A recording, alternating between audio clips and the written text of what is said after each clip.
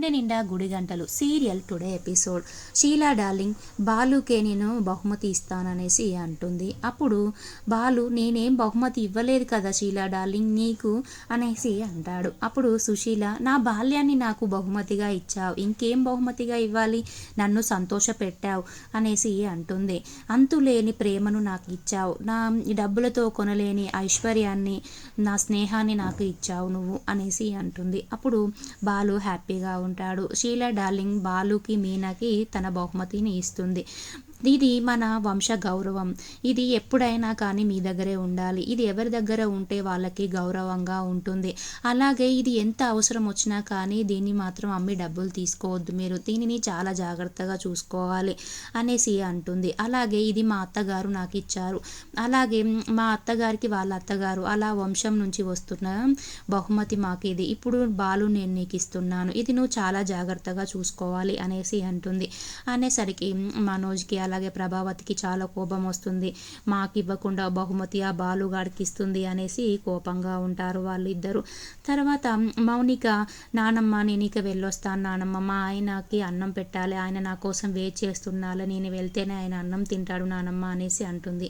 అప్పుడు వాళ్ళ నానమ్మ ఎందుకమ్మా బర్త్డే కేక్ కటింగ్ అయిపోయింది, అన్నం తిన్న తర్వాత వెళ్ళొచ్చు కదమ్మా అనేసి అంటుంది. అప్పుడు మౌనిక లేదా నానమ్మ నేను వెళ్తేనే ఆయన అన్నం తింటాడు నానమ్మ అనేసి చెప్తుంది. అప్పుడు మీనా వెళ్ళనివ్వండి మౌనికని అనేసి అంటుంది. అప్పుడు బాలు నేను డ్రాప్ చేస్తాను కార్లో అనేసి అంటాడు. అలాగే రవి నేను బండి మీద తీసుకెళ్తానంటాడు. తర్వాత మనోజ్ తన కార్లో తనని మౌనికని వాళ్ళ ఇంటికి తీసుకెళ్తాడు. తర్వాత షీలా డార్లింగ్ వాళ్ళు బర్త్డే సెలబ్రేషన్స్ చాలా ఆనందంగా జరుగుతాయి.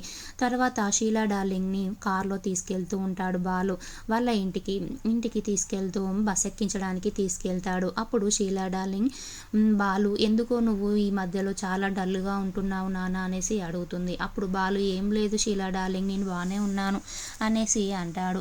అప్పుడు షీలా డార్లింగ్ నీకు మీనకి ఏమైనా గొడవ అయిందా, మాట అనుకున్నారా, మీరెందుకు మీ ఫేస్లో ఏదో డల్నెస్ నాకు కనిపిస్తుంది అనేసి అంటుంది. అప్పుడు ఏం లేదు షీలా డార్లింగ్ అనేసి బాలు అంటాడు.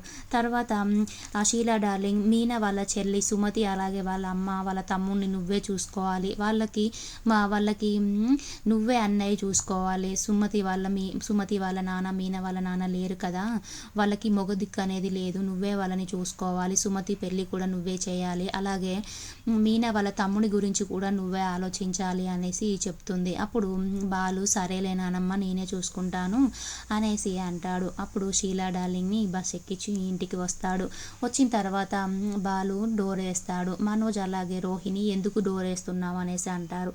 అప్పుడు ఇంట్లో వాళ్ళందరూ బయటికి వస్తారు. సత్యం, శృతి, రవి, మీనా, ప్రభావతి అందరూ వస్తారు. వచ్చి సత్యం ఎందుకు నాన్న డోర్ వేస్తున్నావు అనేసి బాలుని అడుగుతాడు. అప్పుడు బాలు తేలాల్సినవి బాగా ఉన్నాయి నాన్న, అసలు మీనా నగలు తీసుకురాపో అనేసి అడుగుతాడు. అప్పుడు మీనా నగలు తీసుకొచ్చి అక్కడ పెడుతుంది. పెట్టిన తర్వాత మీనా మామయ్య గారు ఈ నగలు గిల్టీ నగలంట అనేసి చెప్తుంది. అప్పుడు ఇంట్లో వాళ్ళందరూ షాక్ అయిపోతారు. అప్పుడు బాలు ఈ ప్రభావతి అలాగే వాడు లక్షలు మింగినోడే ఈ పని చేశారు, మీనా తన బంగారంని ఆ రోజు అందరి ముందే అమ్మకి ఇచ్చింది, తర్వాత ఆ మధ్యలో ఏం జరిగిందో ఏమో అమ్మ మళ్ళీ గిల్టీ నగలు ఇచ్చింది అనేసి చెప్తాడు. అప్పుడు అందరూ షాక్ అయిపోతారు.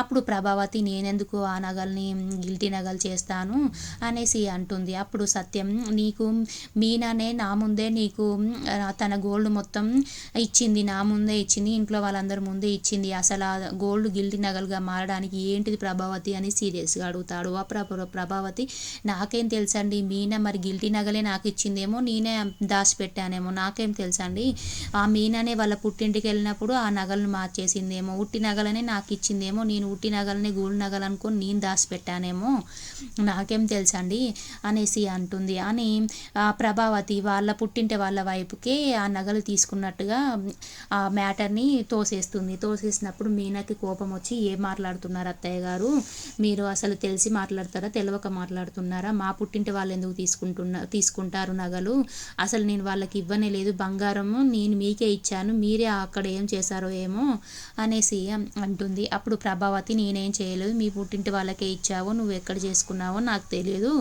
అనేసి అంటుంది. అప్పుడు ప్రభావతి తన మీద ఆ నింద పడకుండా కవర్ చేస్తుంది మీ పుట్టింటి వాళ్ళు అనేసి. అప్పుడు మీనకి కోపం వస్తుంది. మీరు ఏదైనా మా పుట్టింటి వాళ్ళ మీద పెట్టడం కరెక్ట్ కాదత్తయ్య అంటుంది.